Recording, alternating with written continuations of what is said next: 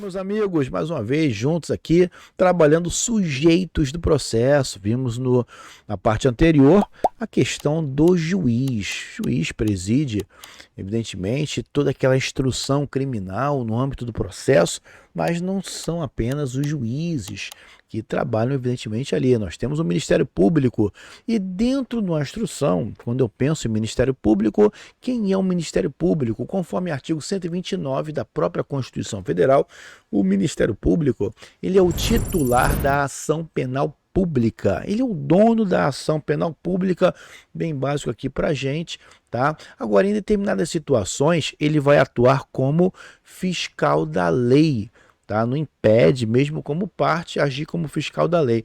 E aí, volta e meia na prova, vem o seguinte termo: custos legis, fiscal da lei. Mas quer irritar um promotor? Chama de fiscal da lei, na medida em que o fiscal, ele não é apenas fiscal da lei, porque qualquer pessoa alfabetizada vai conseguir fiscalizar uma lei. O que está escrito na lei? Está certo? Não está certo?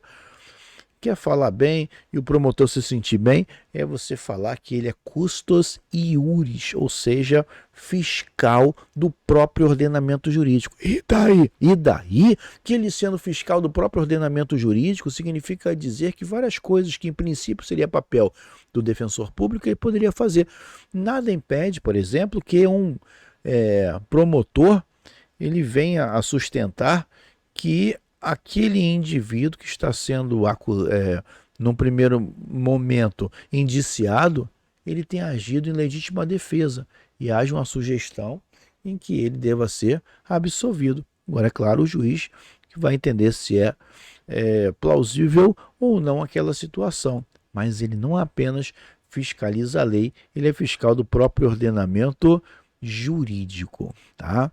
E o MP ele não está realmente obrigado a oferecer uma denúncia ou pedir a condenação de um acusado, se ausentes o requisito para você realmente acusar. De repente não tem justa causa, de repente faltam alguns requisitos, nós vamos trabalhar em outro momento e não seria interessante essa denúncia. Outra coisa é que o Ministério Público ele também está sujeito às mesmas causas de impedimento e suspeição que falamos em relação aos juízes. Lembram do artigo 252, artigo 254 do Código de Processo Penal, que vale a leitura lá, quando é que o juiz é considerado impedido, quando é que o juiz ele é considerado suspeito, artigo 252, 254, e também vai valer aqui para o Ministério Público.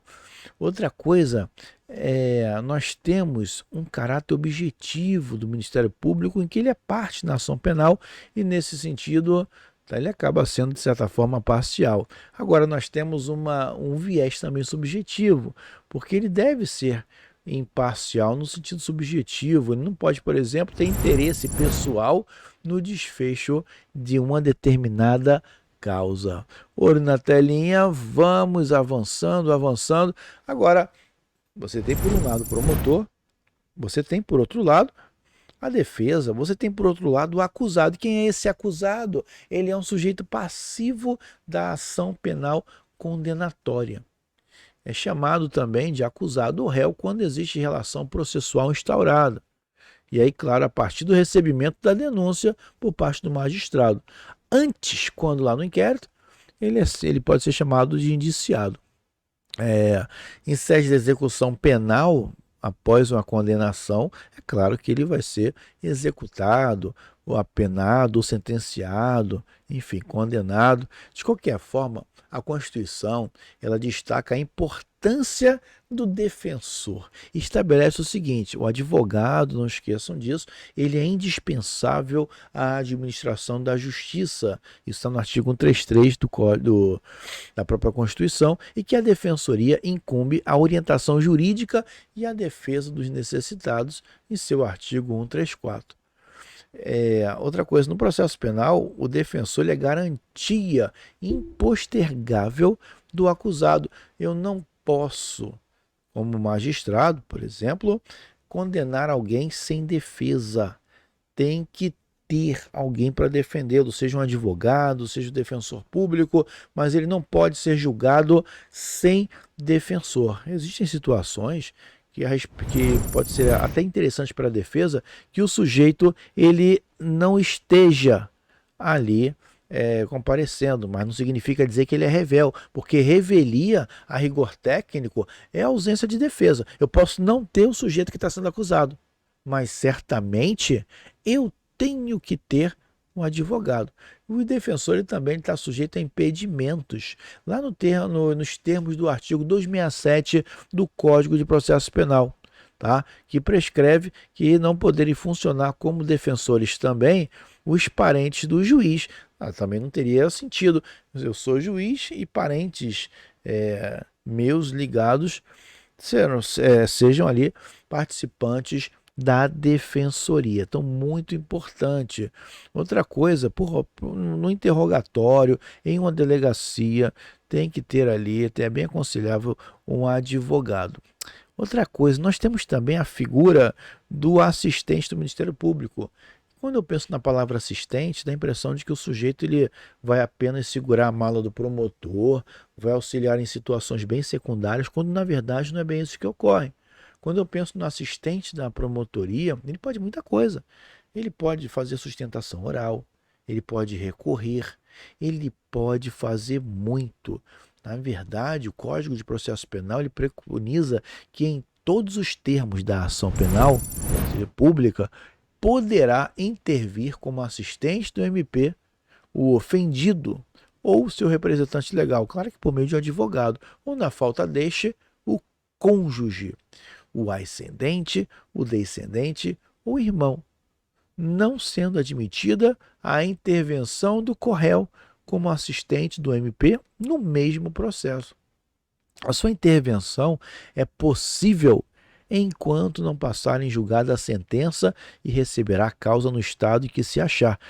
Existem situações em que ele chega muito cedo, iniciando ali uma ação, o Ministério Público, de que ele tem que ser ouvido com relação ou não à aceitação desse assistente, mas certamente o juiz ele vai, após receber essa petição para ingressar na ação, o juiz ele vai ouvir o promotor, você aceita, você não aceita, e normalmente o juiz ele acaba acatando ali a orientação do promotor, porque realmente não teria sentido. Eu sou juiz, existe um pedido para o indivíduo ser assistente do MP, eu pergunto ao Ministério Público se quer o assistente, o MP diz que não, eu vou colocar o assistente lá, ele vai só, de repente, atrapalhar o processo pela ótica do promotor.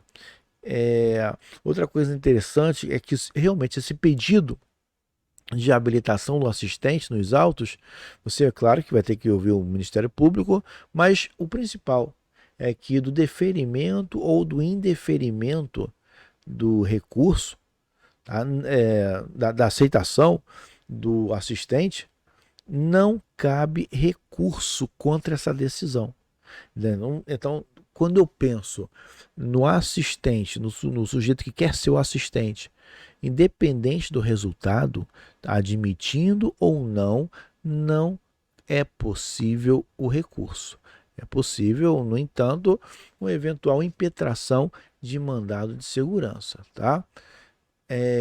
Outra coisa também bem importante com relação ao assistente do MP é que, conforme o advento da Lei 12.403 de 2011, o assistente, na fase processual, ele passa também a ter legitimidade para requerer a prisão preventiva, assim como o próprio delegado, que pode representar o próprio Ministério Público e o querelante. E vamos que vamos. E para fechar esse assunto aqui, também bem interessante, é que dentro de um processo nós temos os auxiliares do juízo. Podemos ter, por exemplo, médicos auxiliando como peritos.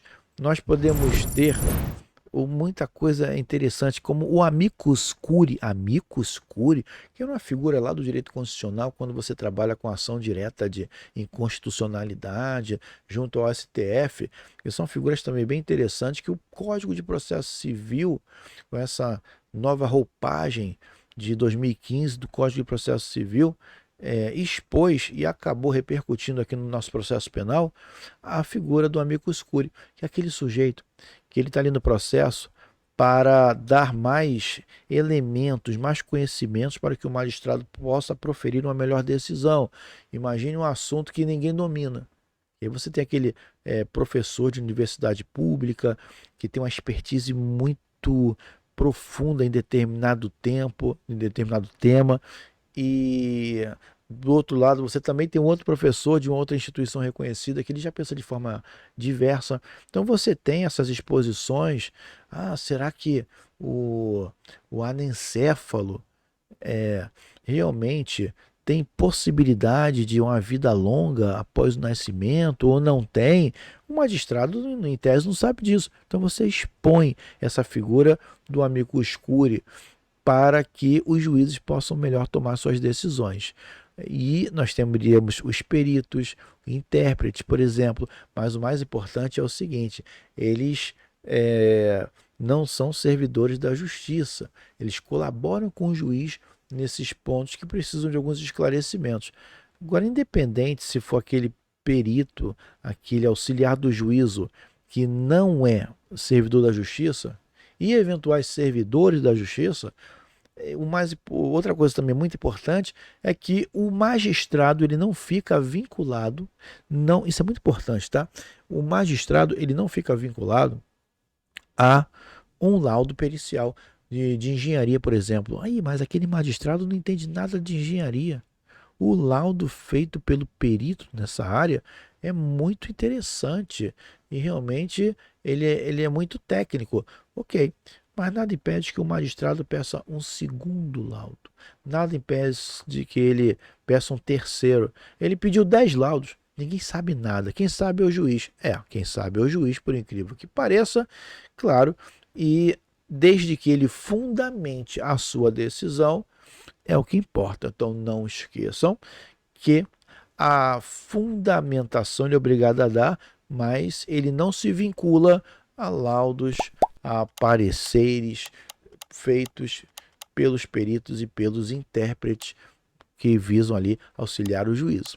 Caros amigos, um grande abraço e até mais.